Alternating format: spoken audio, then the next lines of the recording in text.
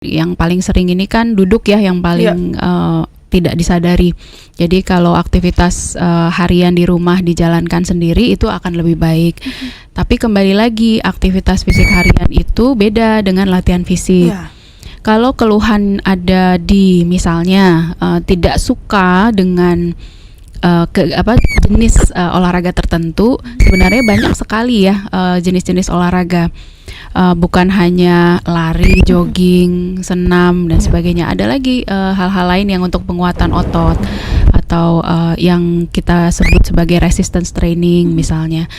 Ada juga isu misalnya lansia tersebut tidak kuat lama-lama berdiri misalnya. Kalau lihat di kanal YouTube saat ini itu ada yang namanya senam osteoporosis.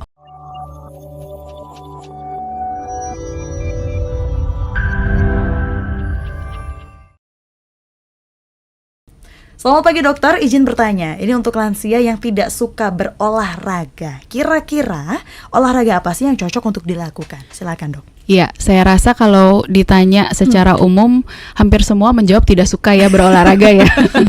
Tapi kita berusaha ya, selalu berupaya karena olahraga itu sudah banyak sekali bukti ya membantu. Nah, kalau sudah dari sananya tidak suka berolahraga, memang dianjurkan untuk tetap aktif ya dimanapun berada lah, di rumah ataupun di tempat lain itu tetap aktif dalam artian aktivitas fisik ringan harian tuh dijalankan, misalnya tidak mudah untuk duduk berlama-lama ya, kemudian yang paling sering ini kan duduk ya, yang paling tidak disadari.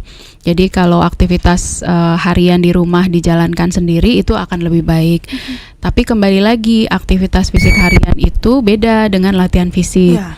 Kalau keluhan ada di misalnya tidak suka dengan jenis olahraga tertentu, sebenarnya banyak sekali ya jenis-jenis olahraga.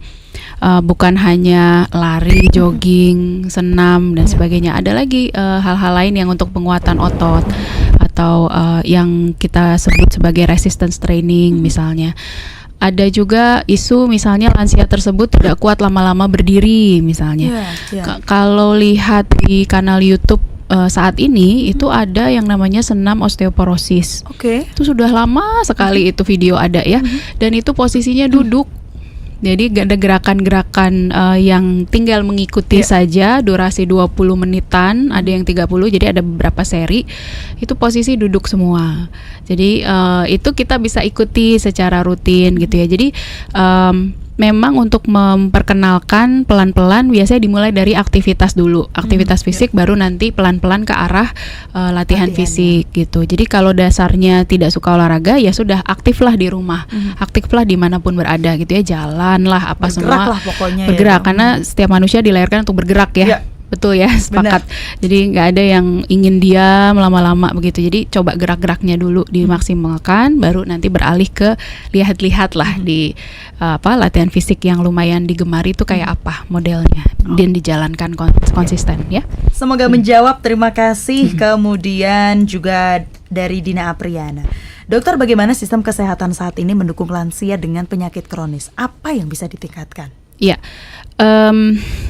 Kalau saat ini dari layanan dari pemerintah, sistem kesehatan misalnya dengan JKN ya, Jaminan Kesehatan Nasional yang dari BPJS, itu di layanan primer sudah ada kami singkatnya Prolanis gitu. Jadi untuk layanan penyakit kronisnya.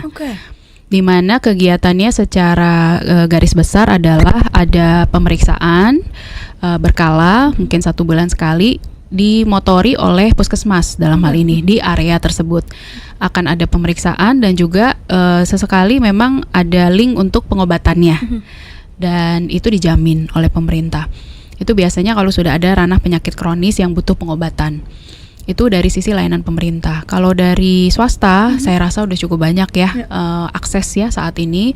Bisa dari medical check up-nya langsung atau mungkin dari aspek misalnya pencegahan ya, ada vaksinasi kah atau ada hal-hal lain lah yang kita bisa temukan dengan mudah, dan itu sebaiknya coba dicari-cari sesuai dengan kondisi yang dialami.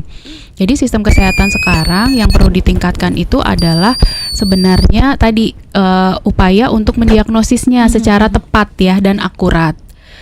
Seiring bertambahnya teknologi kedokteran dengan digitalisasi, semua serba daring ya, tidak ketemu langsung dengan tenaga medis. Saya rasa saat ini sudah kembali seperti sebelum pandemi nih.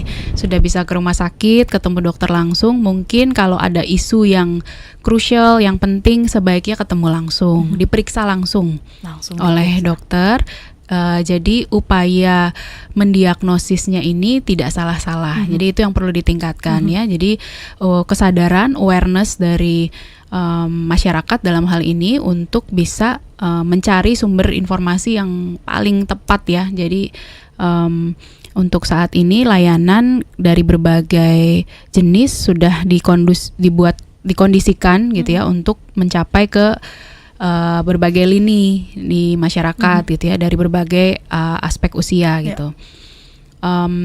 Untuk penyakit kronis saat ini juga sangat berkembang sih saya lihat modalitas terapinya. Jadi yang dulu misalnya obatnya hanya satu macam, sekarang udah ada obat baru yang diteliti sudah lebih aman untuk jangka panjang gitu ya. Jadi siap.